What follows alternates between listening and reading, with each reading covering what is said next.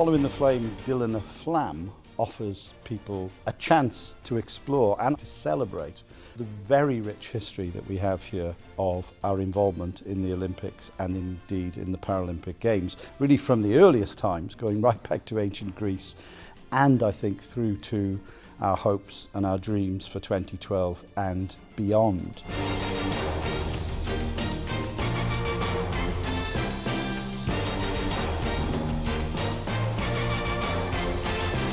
The creative exploration of this Welsh history has taken a whole host of different forms. If you come to the exhibition, you'll see the story of Prometheus, his stealing of fire from the gods, and indeed the early peaceful and fair play principles of the Games.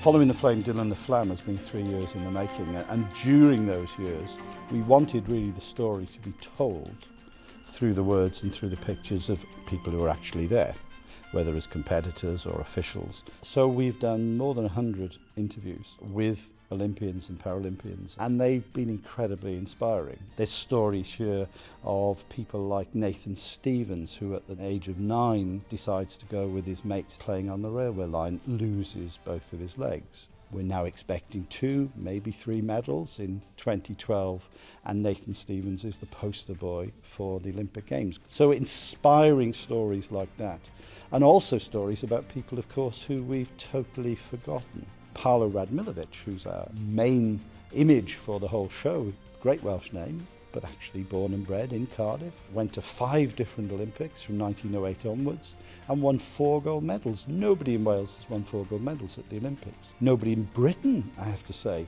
had won 4 gold medals, had beaten Paolo's record until Sir Stephen Redgrave.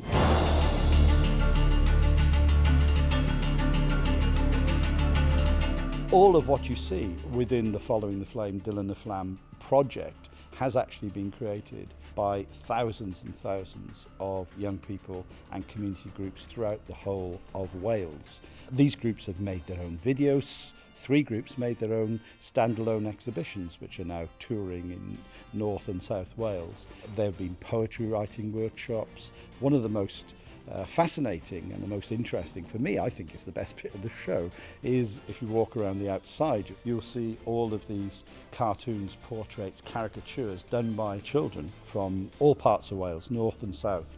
Fantastic, absolutely fantastic representations. So that's really what it's been about. It's been about involving people in creating this story, as well as, of course, learning from it by coming and visiting.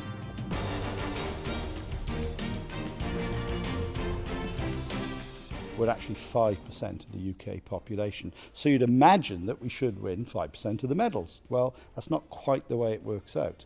Wales, within the UK team, for example, in the last Beijing Games, didn't win 5% of the British medals. They won 11% in the Olympics and 16% in the Paralympics. Incredible. And even on a world stage, we absolutely punch above our weight. In the Beijing Olympics, we are actually, in world terms, we're 3 million, the world is 6 billion, something like that. So we're 1/2000th of the world. So we should win 1/2000th of the medals. We didn't. In the Olympics, we did 10 times better than that. In the Paralympics, we did an incredible 20 times better. It is quite amazing. And that's the story we're telling, really. That's the story of Wales at the Olympics and the Paralympic Games.